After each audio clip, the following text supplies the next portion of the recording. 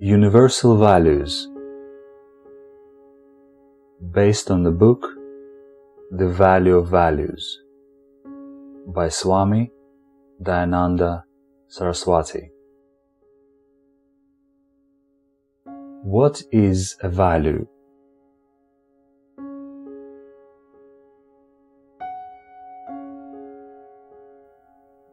Value indicates the regard for a thing, situation, or attitude, which for some reason is esteemed or prized by the value holder.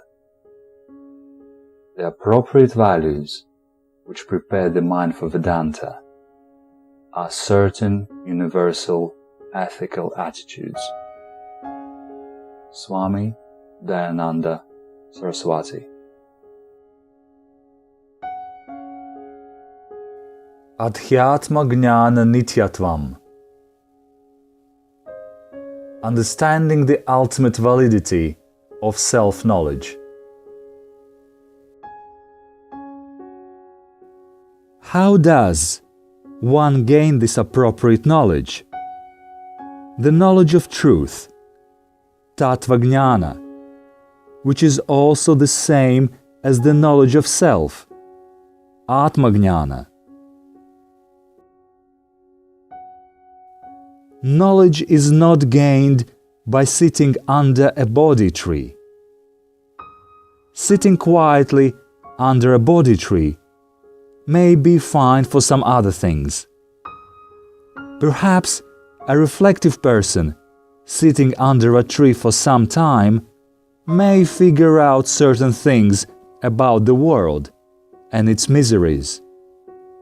But knowledge will not come to that person simply because he sits quietly.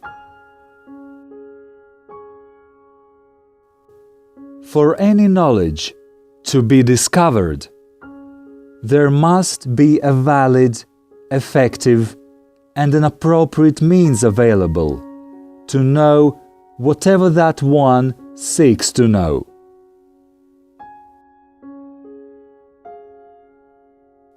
Adhyātma-Jñāna-Nityatvam deals with the valid, effective, and appropriate means for gaining self-knowledge, Atma-Jñāna, which alone fulfills the value, Tattva-Jñāna-Artha-Darshana, a desire for liberation which has matured into inquiry into Tattva, the truth.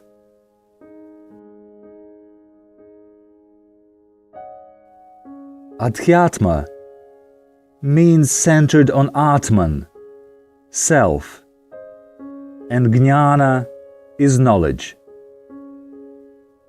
Adhyātma-Jñāna is the knowledge for which the subject matter is Atman, oneself. Nityatva indicates constancy. Adhyātma-Jñāna-Nityatvam is constancy in knowledge centered on the self.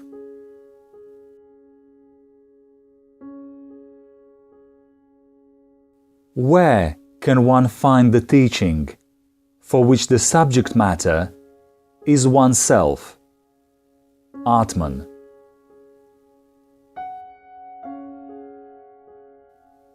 Not in the usual disciplines of learning, such as in mathematics, physics or chemistry, or in anatomy, physiology or psychology. Self-knowledge is the subject matter of a tradition of teaching called Upanishad, or Vedanta, or any name equivalent to these names. The scriptures at the end of the Vedas, where this teaching is found, are also called by the name of the teaching, Upanishad.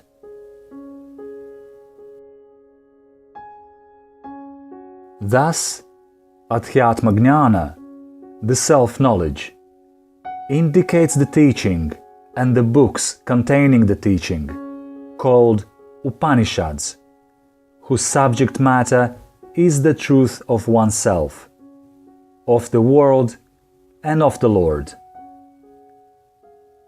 In fact, the very word Upanishad etymologically means Adhyātma-Jñāna.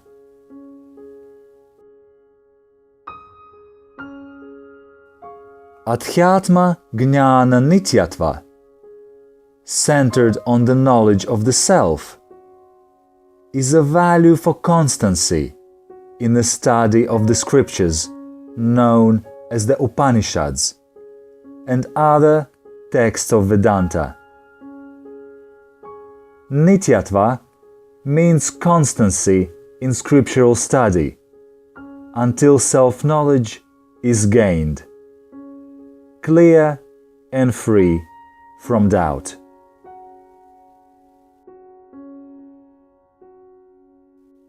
For the gain of any knowledge, the answer to the question, "How long must I study?"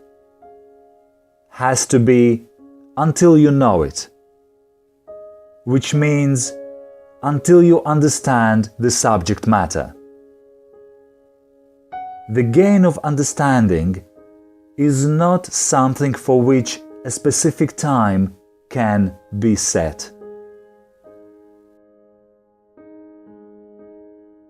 Gain of knowledge is not like gain of a result produced by an action, wherein, given the relevant factors, the amount of time needed to produce a result by a particular act can be calculated based on experience.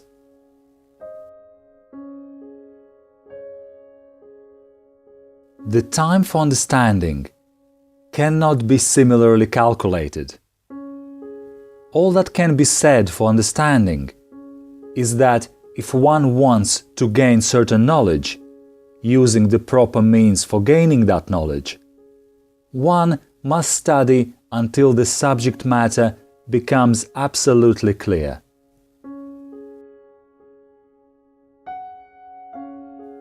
When you have the right means of knowledge for the knowledge you seek, it is simply a matter of continuing to use that means until the knowledge is gained and is clear and steady.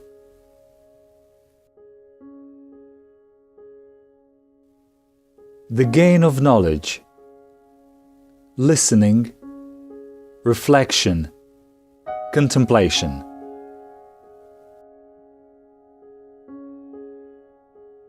The study of Vedanta until knowledge of self is clear and steady involves three things: listening, shravana, reflection, manana, and contemplation, nididhyasana. These are the three things that constitute constancy centered on self-knowledge. Adhyātma-Jñāna-Nityatvam.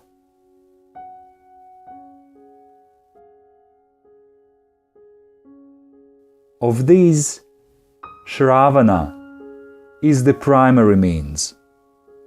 Reflection and contemplation are concurrent but secondary means, being simply aids to shravana.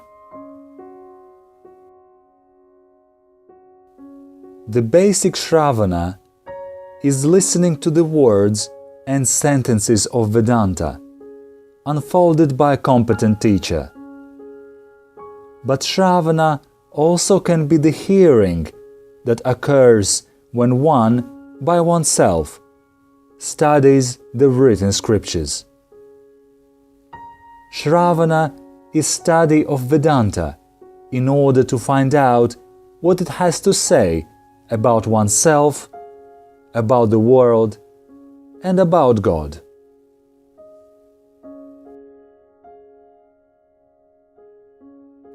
Vedanta unfolds what Lord Krishna calls Gneya, that which is to be known, that ultimate knowledge which is liberation itself. The ultimate Gnaya of Vedanta is stated cryptically in the Mahavakyas, great statements. These statements occur in the form of dialogues between the teacher and student, in which the teacher unfolds the meaning of the Vakyas by a teaching methodology, which makes precise, in context, the intent of each word. Shravana includes a thorough inquiry into the meaning of these statements. Study of the great statement, tvamasi, that you are, for example, requires an inquiry asking questions. Is this just a mystic statement, to be enjoyed like a fanciful poem? Is it a factual statement? What is the meaning that Vedanta gives to this statement? Can one find out from Vedanta what is meant by that?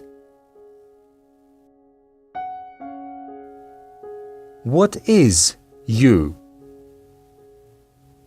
What is the connection between that and you? What, if anything, does it mean to me right at this moment? That I am a you, which is that? The answers to these and similar questions are found by studying the Mahavakyas and other supporting sentences that unfold the great statements. The way of study is to listen to a teacher who is both a Shrotriya, one who is learned both in the language of the Shastra and in the methodology of teaching, and a Brahmanishta, one who is clear and steady in the vision of the truth of himself.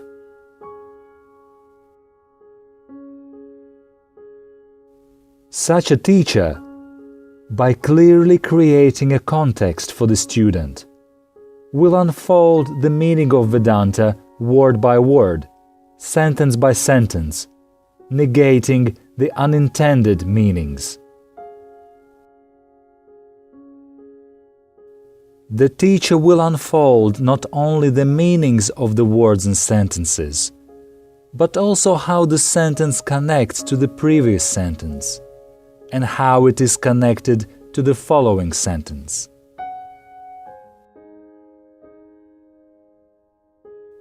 The whole teaching of Vedanta is in the form of words. Therefore, one must necessarily see what the words used are meant to unfold.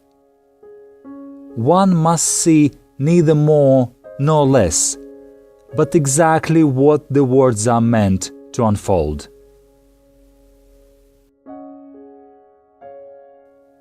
Using the words of Vedanta to see myself is like using my eyes to see color. If, with my eyes open and focused, I find that there is not enough light to see color or to see it clearly, the light should be brighter.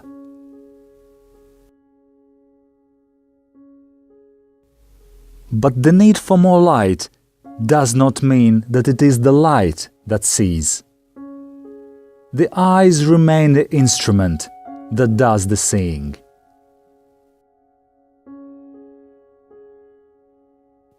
Similarly, words and sentences, like the eyes, are the means of seeing. To use these means, I must throw light upon the words and sentences, analyze them, and discover their exact meaning as unfolded by the scripture.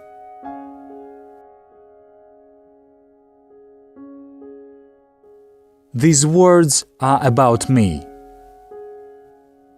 With a fresh, open mind made ready by right attitudes, I try to discover what the words say about me. In order to discover, I question the words and sentences.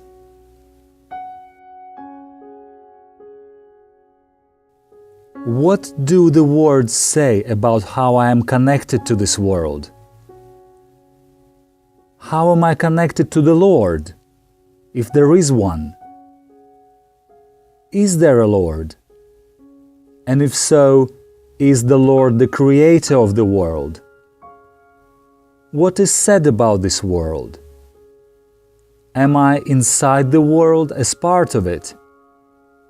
Or am I just here, and the world is here too, but each of us is independent of the other? Is the world created? If so, is that creator a person or a principle?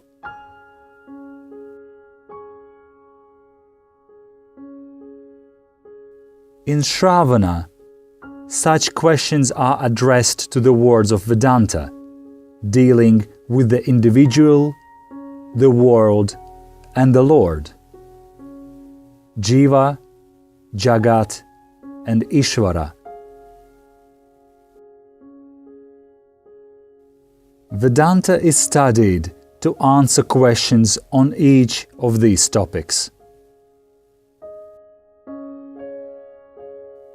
In the beginning of study, these three topics are seen as a triangle, with each topic enjoying its own identity, occupying its own position.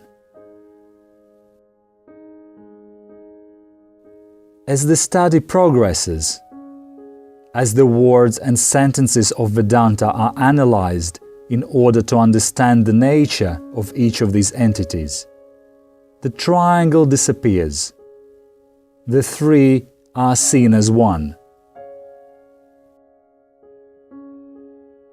You discover that the individual, the world, and the Lord, jiva, jagat, and Isvara, have their being in one thing, one absolute non-dual reality. And that reality you are, tvamasi.